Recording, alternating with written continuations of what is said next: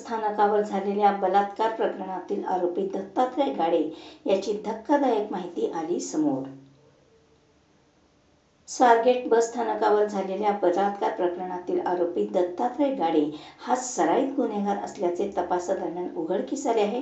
तो एसटी आणि पीएमपी बसस्थानकांवर फिरत महिलांना जाळ्यात ओढण्याचा प्रयत्न करत होता। गाडेवर आधीपासूनच संशय, महिलांची छेडछाड करत असल्याची माहिती आहे। दत्तात्रय रामदास गाडे, वय 37, राहणार गुनाट, तालुका शिरूर, याने यापूर्वीही काही महिलांना त्रास दिल्याचा पोलिसांना संशय आहे।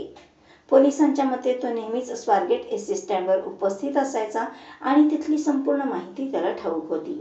याचाच फायदा घेत त्यांनी पीडित तरुणीला निर्जन स्थळी नेऊन बलात्कार केला असावा असा तर्क लावला जात आहे।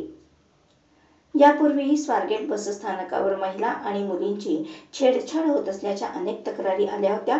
त्यावेळी पोलिसांनी गस्त वाढवून संशयितांची चौकशी करून त्यांना हुसकावून लावले होते। मात्र सराईत गुन्हेगार वारंवार परत येत असल्याने पोलिसी कारवाईत अडथळे येत होते असेही स्पष्ट झाले आहे। तपासाची चक्रे वेगाने फिरली, आरोपींच्या हालचालीवर लक्ष। घटनेच्या दिवशी गाडे किमान 1:30-2 वाजल्यापासून स्वारगेट बसस्थानकात उपस्थित होता याबाबत पुरावे मिळाले आहेत।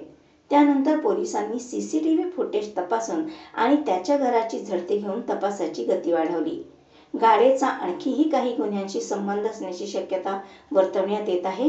विशेषतः छेडछाडीच्या प्रकरणांमध्ये अनेक तक्रारदार पुढे येत नसल्याने त्याचे धारिष्ठ्य वाढले असावे असे पोलिसांनी त्यांच्या संपर्कातील राजकीय आणि पोलीस कर्मचाऱ्यांची चौकशी सुरू केली असून आणखी काही धक्कादायक बाबी समोर येण्याची शक्यता आहे।